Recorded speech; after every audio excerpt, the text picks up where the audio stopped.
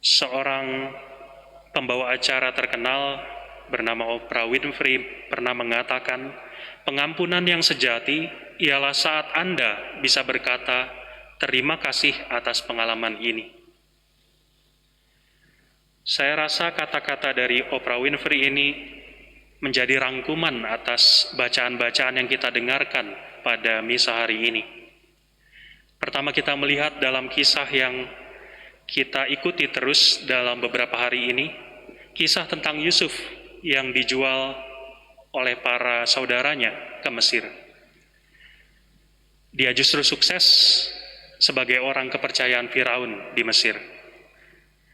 Namun dalam bacaan hari ini, kisah Yusuf ini menemui akhir kesuksesannya, yaitu akhirnya ia memilih untuk mengampuni mereka, kakak-kakaknya, yang nyaris mati kelaparan.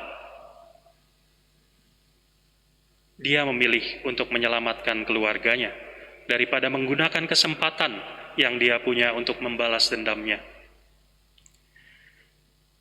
Ini menunjukkan pengampunan itu bukan soal memberi gandum untuk saudaranya makan, tetapi lebih daripada itu, apa yang dikatakan Yusuf di akhir bacaan pertama ini menjadi gongnya.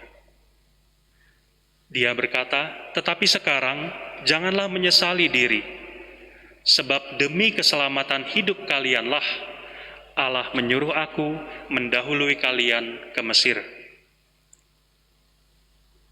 Pernyataan ini menjadi ungkapan terima kasih Yusuf atas pengalaman yang menyakitkan tersebut.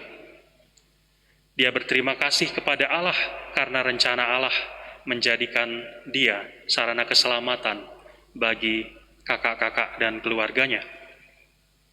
Dia berterima kasih atas pengalaman yang buruk, tetapi menjadikan hidupnya dapat melihat cahaya di balik pengalaman pahit tersebut. Dan dalam bacaan yang kedua, yaitu bacaan Injil, Yesus mengutus para rasulnya untuk pergi dan wartakan kerajaan surga yang sudah dekat. Berhubung kita dalam masa PPKM darurat, saya tidak mungkin menyuruh Anda sekalian untuk pergilah dan wartakanlah kerajaan surga ke kota-kota, ke desa-desa. Bisa jadi alasan untuk para polisi di sebelah yang sedang apel untuk menangkap saya. Tapi kita dapat melihat kata-kata yang dikatakan Yesus kepada kita semua, kepada para murid. Pertama, sembuhkanlah orang sakit. Marilah kita pergi masuk ke dalam diri kita masing-masing, ke dalam lubuk hati kita yang paling dalam. Apakah kita masih punya rasa sakit hati yang kita pendam? Apakah kita mau menyembuhkan sakit tersebut? Kedua, bangkitkanlah orang mati.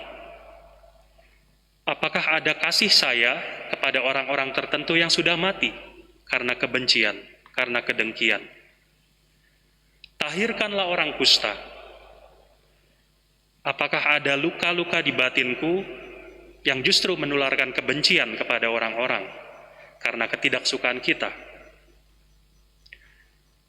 Dan yang terakhir, usirlah setan-setan.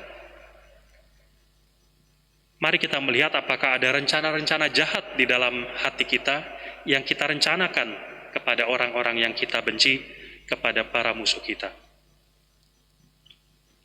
Dan Tuhan mengingatkan kepada kita semua, kalian telah memperoleh dengan cuma-cuma. Karena itu berikanlah pula dengan cuma-cuma. Berterima kasihlah kepada Allah atas pengalaman-pengalaman itu, karena Tuhan punya rencana baik untukmu. Kalian telah memperoleh dengan cuma-cuma, dan berikanlah pula dengan cuma-cuma. Pengampunan telah diberikan Allah kepada kita, marilah kita saling mengampuni.